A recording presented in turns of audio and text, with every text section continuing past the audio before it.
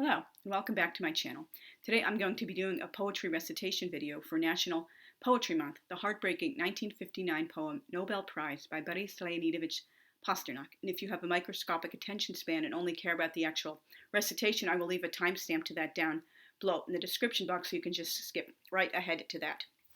Now, as many people might know, Boris Leonidovich won the Nobel Prize for his first and only novel, Dr. Zhivago. I will be doing a readathon for that next month in May, and I will be having a future video with discussing the novel and such with much, much greater detail. But anyway, the novel had to be published in Italy because of the strict censorship codes in the Soviet Union at the time.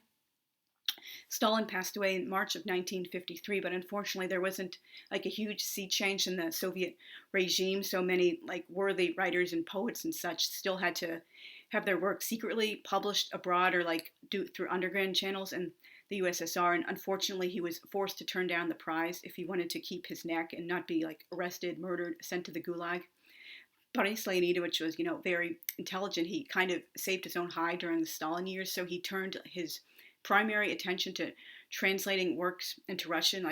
He did a lot of Shakespeare and some other poems and plays and such because he knew if he continued writing the types of poems his heart truly wanted to write and that he had been writing prior, he would have gotten in a lot of trouble. And so he wanted to continue doing writing in some form, but unfortunately he had to hinder a lot of what he most wanted to do creatively. And so he finally wrote his first and only novel. I will be discussing this again in much further depth in the upcoming video, but it's kind of easy to discern this is a first and only novel. I really am not trying to be mean at all. I love Boris Leonidovich both as a poet and a person, but there are many things about the novel that make it the stamp of someone who is not familiar with how to write a novel, just things that seem kind of like amateur, I wouldn't call them like mistakes necessarily, just things you do when you're just learning how to write a novel and like figuring things out, the kinds of things you wouldn't do when you're like older and more experienced. Like, for example, many times there's going to be this character, not necessarily a main character, who like disappears for like hundreds of pages and then just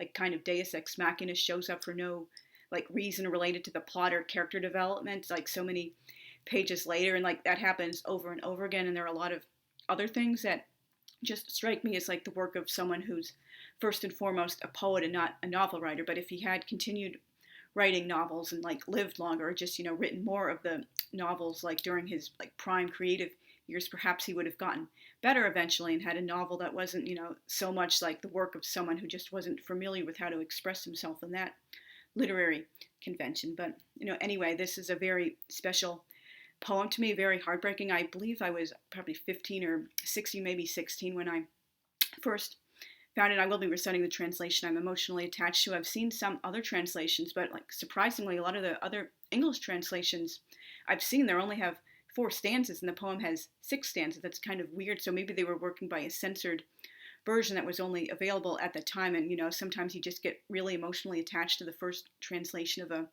poem or a book or a play, and even if that might not be the most like literally correct translation or the most modern, it's just that's the translation you're familiar with in your heart, and anything else seems wrong.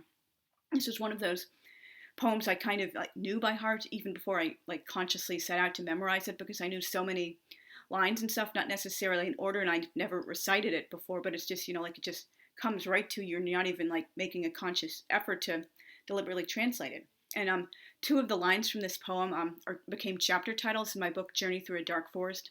The beaters in a ring close in, and the wrong prey in view. It's just, one of those things that's so like influential to me, one of those like most special poems to me. And so here it is. Like a beast in a pen, I'm cut off. For my friends, freedom, the sun. But the hunters are gaining ground. I've nowhere else to run. Dark wood and the bank of a pond. Trunk of a fallen tree. There's no way forward, no way back. It's all up with me.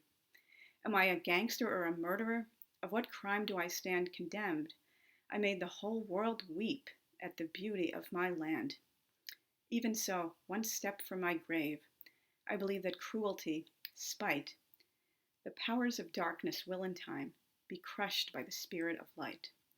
The beaters in a ring close in, with the wrong prey in view.